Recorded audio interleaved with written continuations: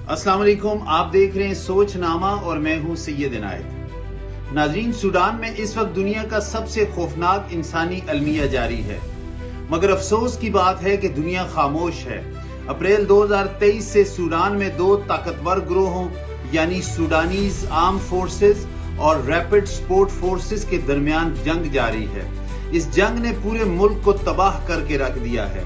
दो जर्नेलों की इस लड़ाई में लाखों लोग बेघर हो चुके हैं, हजारों हलाक हो चुके हैं और जो बच्चे हैं वो भूख, बीमारी और खौफ के साए में जिंदगी गुजार रहे हैं। ऐसी दर्दनाक वीडियो सामने आ रही हैं कि बयान करना मुश्किल है। दारफोर के इलाके में तो हालात और भी ज्यादा खराब हैं।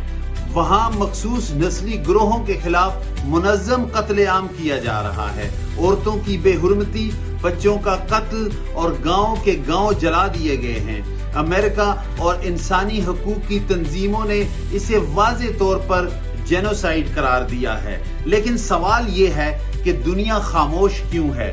क्या इंसानियत सिर्फ चंद ममालिक तक महदूद है? क्या अफ्रीका के लोगों की जान की कोई कीमत नहीं? मीडिया इस पर बात क्यों नहीं करता? अक़वाम मुत्तहिदा, इस्लामी दुनिया या हम खुद, सब क्यों खामोश हैं?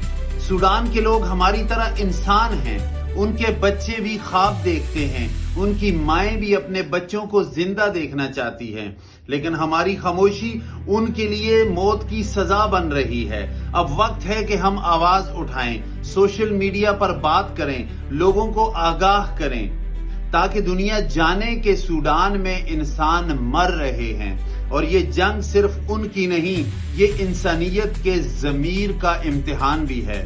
आइए खामोशी तोड़ते हैं, क्योंकि अगर हम नहीं बोलेंगे तो कौन बोलेगा?